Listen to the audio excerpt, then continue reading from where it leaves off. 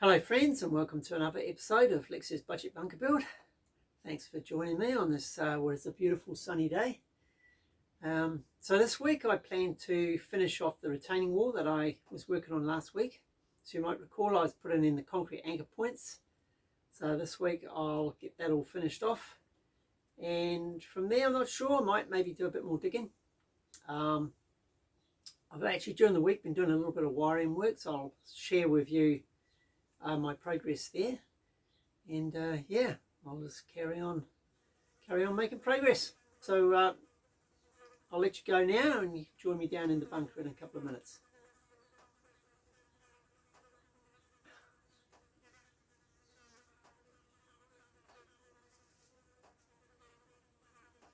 Get out.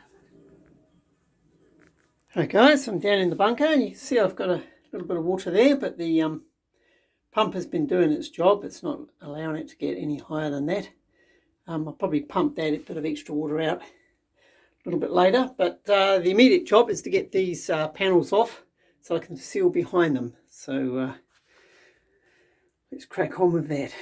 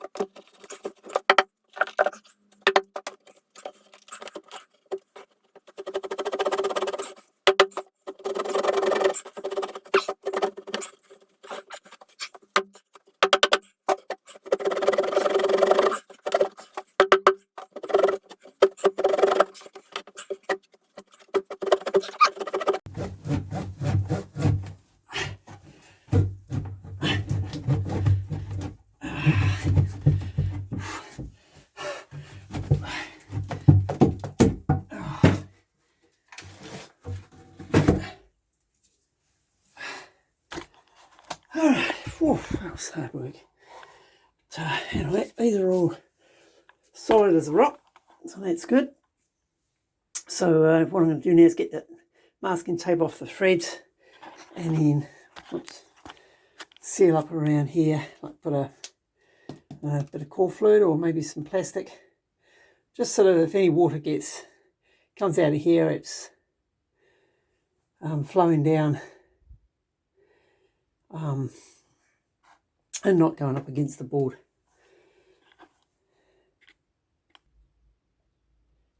Right friends, we've got the bits of core fluid over there, so that should take the majority of any moisture that comes out where those concrete bits are. That should take that down and back down behind the wall. And I've got the masking tape off, so now I can get the wood back on and get some bolts, some nuts and washers on there to hold it all in place. Then I'll put in the corner pieces and fix it back up to the top piece.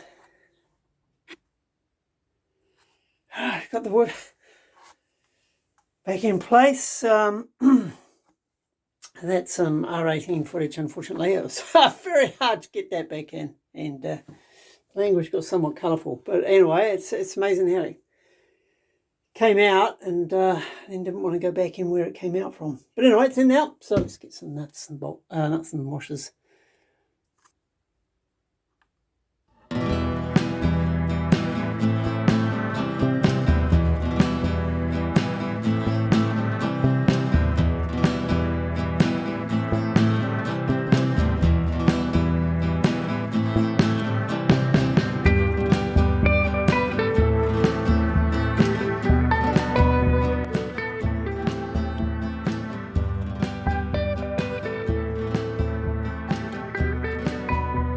guys, got the nuts and washers on.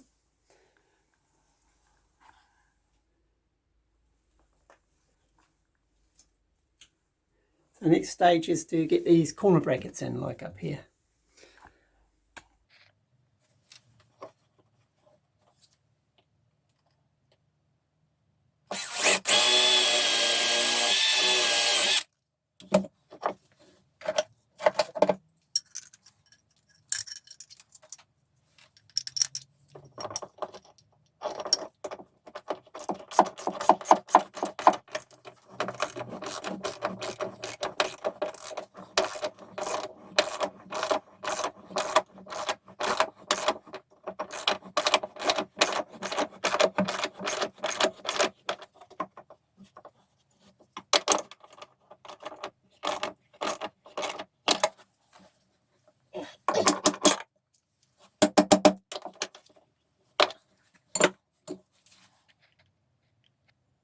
Corner pieces in.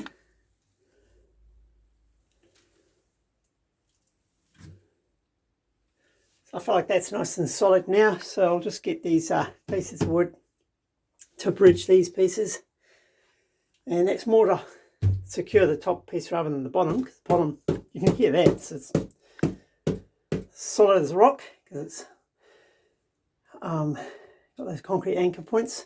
Whereas this one's kind of just, it's really sitting there because there's wood, which is kind of good because there's no soil or anything falling up against it, so it's just hanging there, but it's there in case there is any subsidence behind there. But we'll get some wood on there, and of course when I get down a bit deeper and a few more levels, I'll do like I've done up here with these strips and the coach bolts, just to brace it all.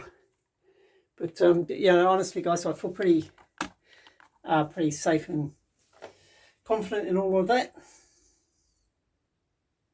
Well, I got those bits of wood on. So the next thing is to move this ladder extender thing that I've built, because at the moment it's quite a stretch to get from down here up to there. So now I can mount this down to the bottom of this one, and of course then when I dig down lower I can still get out of the hole. So I've just done the calculations. I'm going to need 3 more strips of this, 3 more layers of this, before I can extend the elevator tracks. So basically I'm just about there as far as depth, but obviously I need a bit below that because I need the overhang, so I've got the stuff hanging out the bottom. So I need to go down probably another, I don't know, maybe 400 or 500 mil.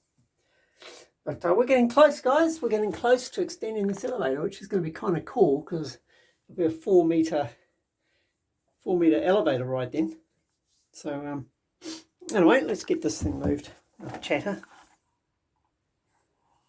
There we are. She's an easy step now, but of course that won't be for much longer once I start digging again. All right, quite happy with that. On to the next job. So what I've done, I've moved all this stuff. This was all over here. Moved it all over here, tidied it up a lot. It's a lot better than it was. So we've got all the relays and things down there. And fitted these 2 fans. So this one is the exhaust, so it sucks up that way.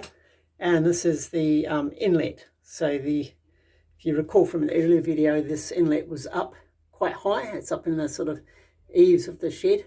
Has a filter over the end of it, and it's sucking in the fresh air. So all I need to do now is extend some pipes down into the shaft, and I'll have the extraction system and forced fresh air. Now they're a little bit noisy at the moment. I'm going to try and get some sort of motor controller to slow them down a little bit, which will quieten them down, and I'll probably try and get some sort of insulation material around them of some sort, some soundproofing. But anyway, it's not going to be the permanent ventilation system for the bunker when it's finished. I plan to do something a little bit more sophisticated than this, but this is more of a sort of a working system for when I'm welding and mixing up concrete and just generally working down there. Yeah, it's deep enough now that I'm starting to, I have to have to consider things like a build-up of heavy gases like CO2, carbon dioxide, carbon monoxide, and possibly even methane. I mean, you know, there's no sign of like rotting matter or anything down there which could contribute to methane, but you're always got to be prepared for that. So this system will make sure that the air is kept nice and fresh. Right, friends, that's another weekend done. So I'll just give you a quick recap on what I've got done this weekend.